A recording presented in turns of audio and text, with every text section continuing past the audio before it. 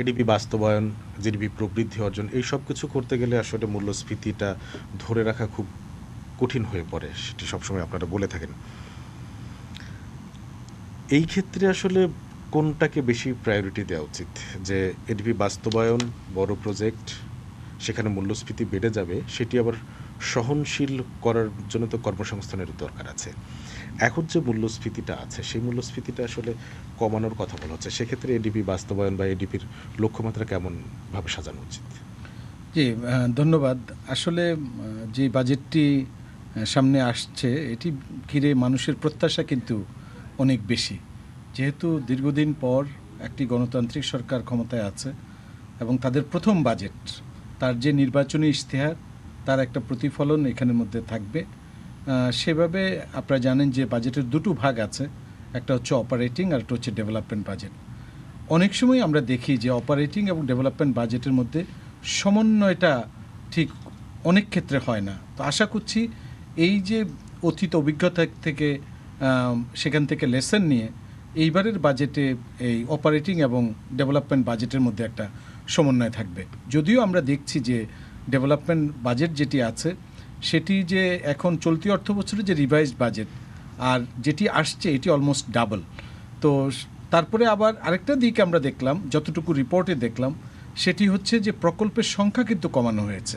সেখানে হয়তো হাজারখানিক প্রকল্প থাকার কথা, আগে হয়তো 1300 প্রকল্পের।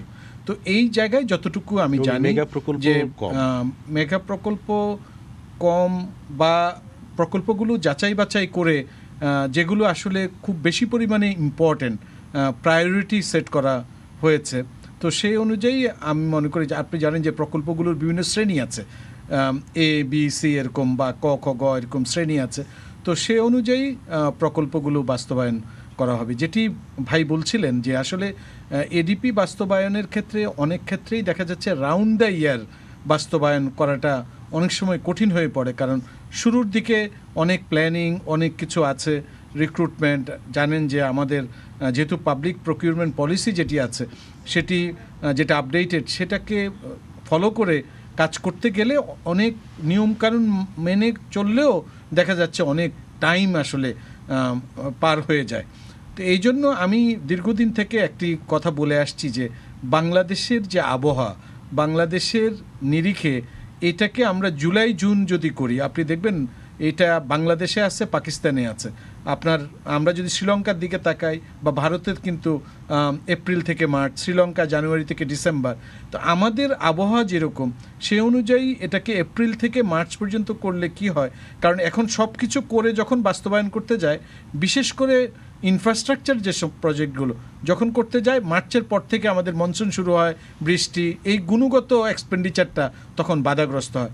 আমার মনে একটু চিন্তা করার বিষয় আসছে, এটিকে আমরা এই বিশেষ করে এডিপি এক্সপেন্ডিচার, যেটা ডেভেলপমেন্ট এক্সপেন্ডিচার বা ইনফ্রাস্ট্রাকচারগুলোর ক্ষেত্রে এরকম কিছু করা যায় বাস্তবায়ন বা এডিপির বরাদ্দ কি মূল্যস্ফীতিকে কিভাবে? এডিপির বাস্তবায়ন এখন আসলে আপনার তো মূল্যস্ফীতি একটি খুবই কমপ্লেক্স বিষয়, যেখানে সরকারের যে মনিটারি পলিসি, ফিসক্যাল পলিসি এবং বাজার ব্যবস্থাপনা, এই তিনটা বিষয়ের সমন্বয় কিন্তু মূল্যস্ফীতিটাকে আপনার যদি আমরা মূল্যস্ফীতিকে সহনীয় মাত্রায় নিয়ে আসতে পারি।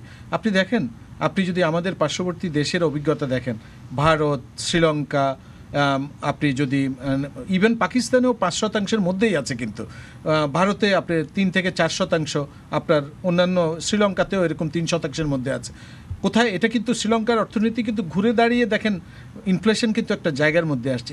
বাংলাদেশের সবচেয়ে বড় চ্যালেঞ্জটা হচ্ছে, সেটা হচ্ছে আমাদের যে সাপ্লাই চেইনটা আছে, অর্থাৎ বাজার ব্যবস্থাপনায় এখানে কিন্তু যে মনিটরিংটা দরকার, আর যে সাপ্লাই চেইনটা আছে এটা বিভিন্ন জায়গায় কিন্তু এই চেইনটা বাধাগ্রস্ত হয় বিভিন্ন কারণে।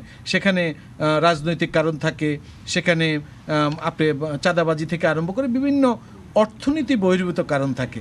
এই জন্য আমরা সবসময় বলে থাকি যে তত্ত্ব দিয়ে মূল্যস্ফীতি নিয়ন্ত্রণ করা সম্ভব হচ্ছে, মানে তিনটার সমন্বয় লাগবে। আপনি হয়তো শুল্ক আপনি তো সমন্বয় করে দিলেন, কিন্তু দেখা গেল যে বাস্তবে সেটা রিফ্লেকশন হলো না। আমরা তো দেখি রোজার সময় অনেক শুল্ক ছাড় হয়, তখন কিন্তু সরকার অনেক রেভিনিউ লস করে, আবার যাদের জন্য করা হয় জনগণ, তারা কিন্তু সেই বেনিফিটটাও পায় না। শুধুমাত্র সুষ্ঠু বাজার তদারকি অভাবে। তো এই বাজার ব্যবস্থাপনাটা আসলে জোর দিতে হবে। আর ডেভেলপমেন্ট এক্সপেন্ডিচার বাংলাদেশের মতো জায়গায় যেহেতু আমাদের সামনে এলডিসি গ্র্যাজুয়েশন আছে, ইনফ্রাস্ট্রাকচারে তো আমাদের দরকার। তো সেই সব জায়গায় আপনি বিদ্যুৎ বলেন, আমাদের গ্যাস বলেন, তারপরে শিক্ষা বলেন, স্বাস্থ্য বলেন, বিভিন্ন জায়গায় কিন্তু আমাদের এক্সপেন্ডিচারটা লাগবে। কারণ এইগুলো যখন আমরা যদি বিনিয়োগ করতে পারি তাহলে আমাদের রিটার্নটা আসবে। আমরা তো বিনিয়োগের পরিবেশ যদি বজায় রাখতে হয় তাহলে কিন্তু আপনাদের এখানে কিন্তু আপনাকে এক্সপেন্ডিচার করতেই হবে। কিন্তু প্রশ্ন হচ্ছে আপনি সময় মতো এক্সপেন্ডিচারটা করছেন কিনা। অনেক ক্ষেত্রেই দেখা যায় 2000 কোটি টাকার প্রকল্প সেটা শেষে বাড়তে বাড়তে সেটা 6000 কোটি টাকা হয়ে যায়।